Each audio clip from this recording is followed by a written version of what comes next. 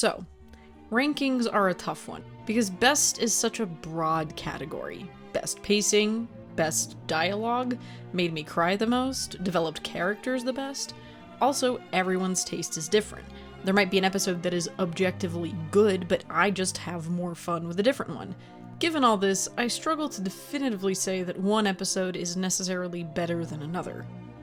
But people like rankings, and I can tell you 10 She-Ra episodes that I enjoy very much and that I think are very good.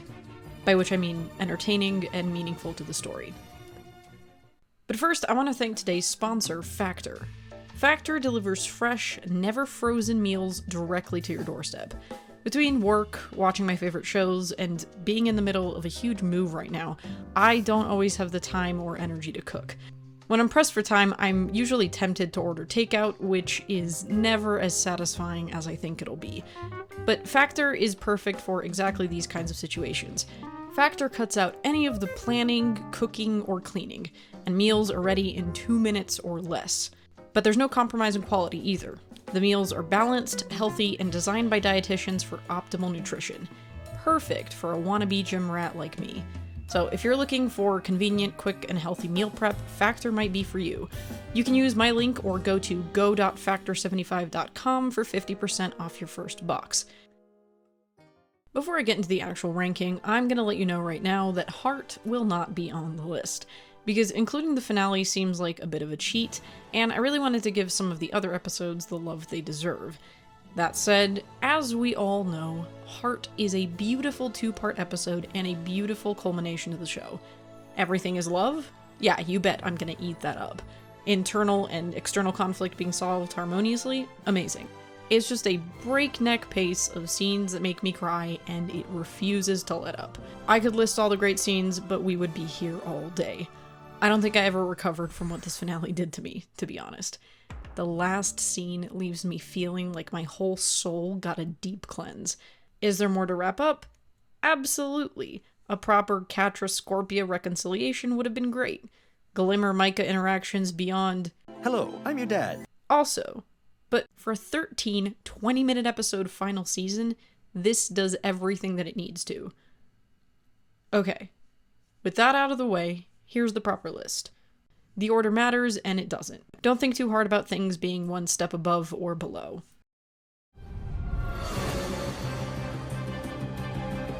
I love parallels, and this is some of the most explicit parallelism of Catra and Shadow Weaver. It's very much the... You and I are not so different. But it's taken very seriously here, and we're shown how and why a victim might mimic their abuser. I think this is such an important conversation, and it's done really, really well here. So much of the messy complexity to Shadow Weaver and Catra's dynamic is unearthed here, and this does enormous legwork in helping us empathize with Catra at this juncture. I especially like how this is emphasized through the visual and dialogue transitions. Doesn't matter how hard I work or what I do for the Horde. Hordak doesn't trust me. After everything I've done, I still haven't earned their trust. There's also these neat interactions. What's troubling my bestie? I'm not your bestie, and I'm fine. Oh, I don't accept any of that. Catra's later behavior towards Scorpia is nothing short of cruel, but this is a nice reminder that this friendship was hardly ever reciprocal. Scorpia pushes for intimacy, and despite Catra voicing her disinterest, Scorpia pointedly steamrolls her. Also, Scorpia breaking the railing is funny. Aside from that, this scene is mostly just really sad, because these are two people who ultimately do want connection, but neither really knows how to go about it, and they certainly don't know how to do that with each other. Why do you really want to keep her around? She's never been very nice to you. I kind of thought you hated her. Yeah.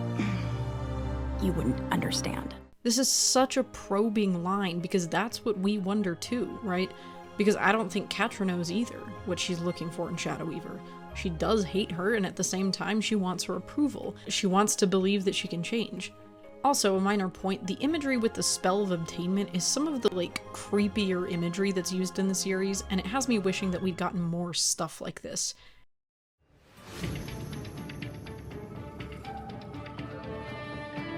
This is a fun little character study buddy comedy that turns into devastation. I'm a big fan of how this one in particular expands the world. It's a very different look and feel than many of the locations that we've seen.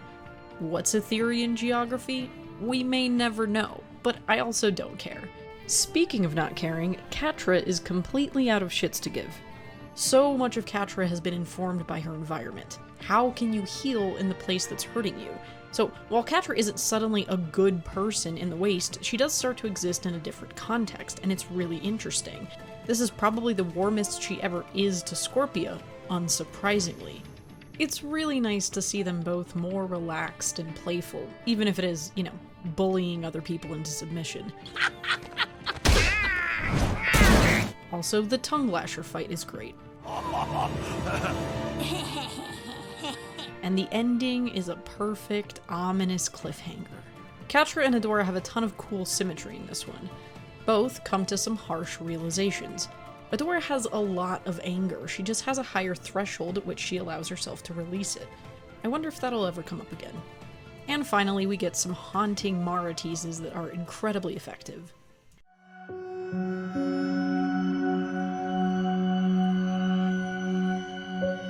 Speaking of Mara, Hero is a fantastic self-contained story that adds enormous oomph to the ongoing character conflict.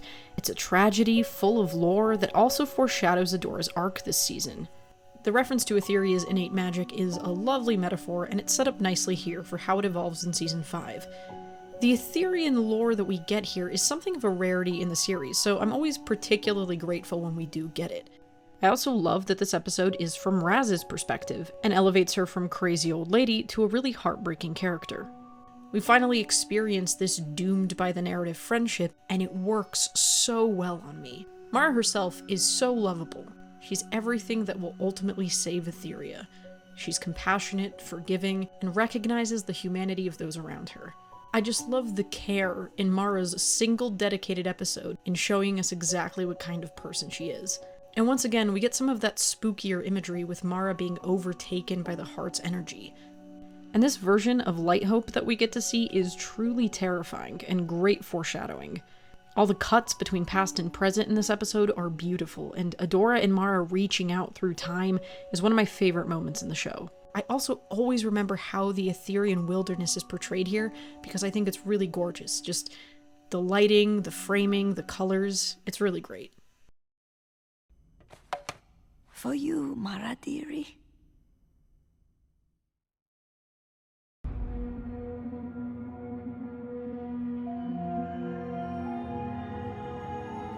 Finales can often contend for top spots just because they're a culmination of drama. And there's a ton going on here. Catra being read for filth and left completely alone is cathartic as hell, even if it's not exactly in the kindest way. I love how this episode gives us cool and terrible things juxtaposed. The Glimmer and Scorpia sick team up, but the uh-oh of what they're teaming up for. I also love the visual parallels between Catra and Adora here. Each of them shatters their status quo and ends up at square one. And we're left with this sense of uncertainty going into Season 5. Nothing will ever be the same. I love the framing of the last scene of Adora staring out at a starry sky. You get such a sense of the scale, the irreversibility of what's happened. Also a big fan of Adora and Bo's hug at the end. This is a wonderful friendship that gets comparatively less conflict, and I'm delighted every time we get moments with them. Everything happening in this episode is awful, but much like The Portal, it's visually gorgeous. Tons of contrast, the neon on full display. It has some of the most beautiful shots in the show.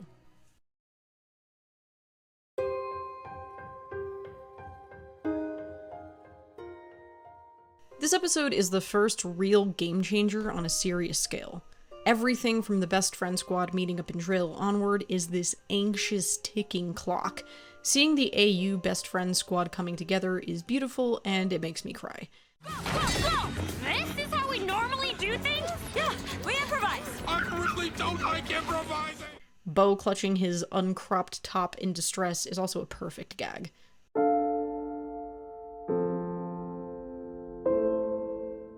The world may be ripping apart, but I love the aesthetics here.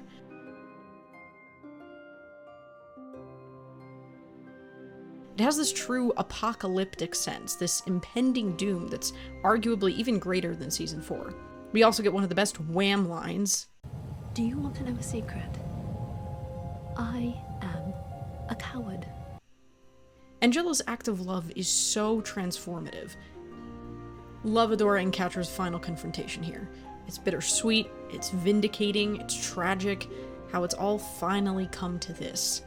This is a serious shift to the point that they won't interact for another season and a quarter. And finally, there's this moment my heart drops. As space-time is tearing apart for a split second, Adora and Mara are actually face to face for the first and last time. That moment of recognition between them gives me chills. Also, Micah alive allegations? Ending Horde Prime tease? Wow.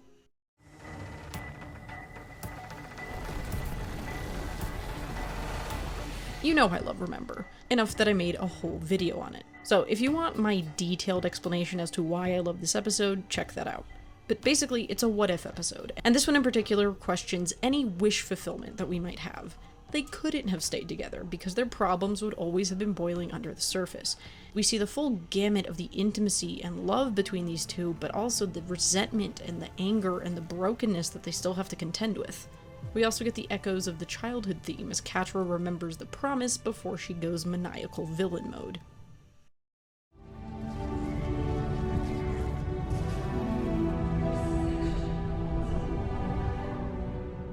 This is troping done right. The whole episode holds its breath for so long. We're waiting to see Catra, what's happened to her, and we don't get to until halfway in. The episode builds tension flawlessly, and when it releases, it embraces the full drama of what's going on. This is Adora and Catra's first in-person interaction since season 4, and it delivers. This has so much of the catharsis that their story has been building towards, and my god does the hug at the end feel good. So much time has passed between them, but we can still feel the pain and the history between them. You've never listened to anyone in your life. Are you really going to start now? You're such an idiot. Yeah, I know. Also, Bo and Glimmer supporting Adora's rescue mission is very endearing. This is also where we get Wrong Hordak. Nice. Between all the drama, we also get some repair of Bo and Glimmer's friendship. What? You worried about me? Maybe. And some great dynamics with them and Entrapta. Definitely not Hordak, so we can cross that one off our list. I wasn't aware we had a list. Prime is a truly terrifying villain. He's even beyond the recognizable cruelty of Shadow Weaver. I love the thematic continuity for him as a final villain, and one that the text doesn't bother trying to redeem. Also, so much of this episode makes me insane because of the original script. Like, go check it out. For every gut-wrenching line that made it to the screen, there are like 5 in the script that are even worse. This episode just pulls no punches and is so willing to go there. It all feels so dire. The brutality of the ending, Catra within an inch of her life, the intimacy as they're surrounded, the triumph of the new sword, the sick new She-Ra form, Catra's body flopping around like a sack of potatoes. This is just excellent drama, excellent payoff.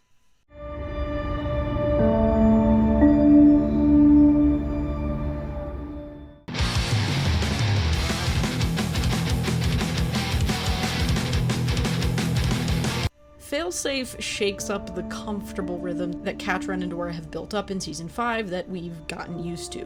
We get these painful bookends. Please come. I could really use your help. Please, stay. I need you. No, you don't. You never have. Failsafe is just this roller coaster of sweet highs and devastating lows. The beginning is so sincere. We get to see this playful dynamic between them that we only really saw in flashbacks and very sparingly. I'm only doing this to make sure Shadow Weaver doesn't try anything. Not because I like you. And then the ending guts me.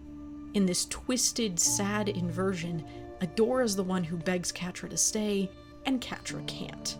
This episode also has great continuity in terms of touch. I really appreciate how it repeatedly highlights Shadow Weaver's touch as something predatory. Catra and Adora have been growing together away from her, but Shadow Weaver can still expertly push the buttons that she installed. And then contrasted with Shadow Weaver's touch in this episode is Catra and Adora's, which is reassuring and protective. Also, many, many points for Bo reaching for Glimmer in his sleep. There's also some great Entrapta stuff here, risking herself to find tech to save her friends, and her utter sincerity shaking Hordak for a moment. But Failsafe just sets up the stakes for the last act of the show perfectly, giving us both internal and external conflict to solve. One last gut punch before the finale.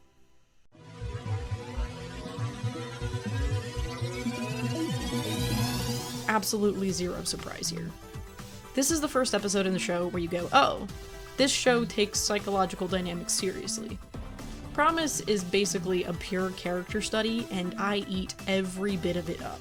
It's a beautiful commentary on perspective, which is the entire root problem between these two. Each interaction between them in future episodes can be traced back to this. This is like the translation key to their conflict. It's just everything I want to be emotionally affected by.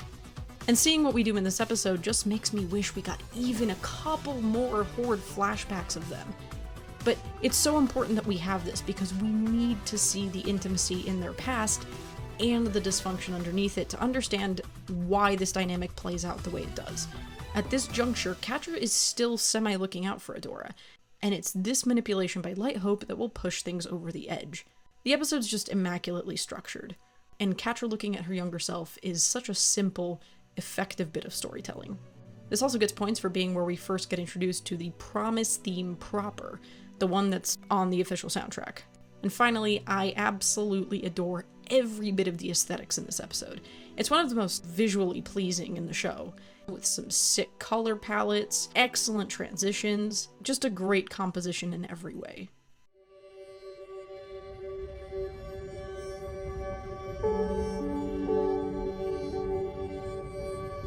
Are we shocked? I cannot overstate how good this is. It's simple, immaculately structured and paced. It's this focused, contained story that's also this enormous turning point. I've said it before, but Corridors kind of reminds me of a poem, with rhyming stanzas and cadence. There's also the great subversion of the light-dark motif, which I talk about in another video.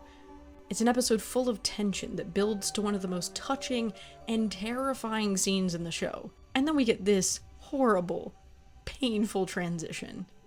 There's no one left in the entire universe who cares about me. Catra and Adora's first time speaking to each other since season 3. It's gorgeous. And when you first watch this, you are terrified for her. The Catra Glimmer interactions here are wonderful. Desperate, defensive, and lonely. Everything is stripped back from these characters that have become kind of larger than life, and we really just see two kids. I love their team up and how in sync they are when they fight. In a post-Horde future, I think they become very good friends. What I love so much about this episode is that more than just action set pieces, so much of it is just waiting. So much hinging on just a change of heart. This is what I consider the final piece of the Promise, Remember, Corridors trilogy on memory and perspective. Promise is the manipulation, Remember is willful misunderstanding, and Corridors is finally actual, honest reflection. Save for the ending, it doesn't have the high drama of Save the Cat or the high concept of the portal, but like I said, what I love about Corridors is its powerful simplicity. The turning point of the episode occurs just in Catra's head. It's enormously character-focused and driven, and I love every bit of it. And finally, for the first time, we get to hear the childhood theme complete in its entirety. I also think the B story is still really entertaining and cute. Is this a good laugh or a bad laugh? Well, the longer it goes on, the more I think it's a bad laugh. Anytime Bo and Adora are left alone is going to be innately entertaining. And then you add Entrapta into the mix, and it's even better. I love thinking about the crushing void of space! It's a phenomenal episode. I love everything it does and the way it does it. So those are 10 of my favorite She-Ra episodes. This also sparked a lot of ideas, so I've got some other rankings that I'll be working on in the meantime. Let me know in the comments which ones are your favorites and why. If you liked this and you want to see more of this kind of stuff, consider checking out my Patreon. You can get videos early, scripts as I write them, and also get exclusive monthly videos. Even a couple bucks a month goes a long way in helping me continue doing what I love. Thank you so much to my patrons over on Patreon. I appreciate every single one of you very, very much.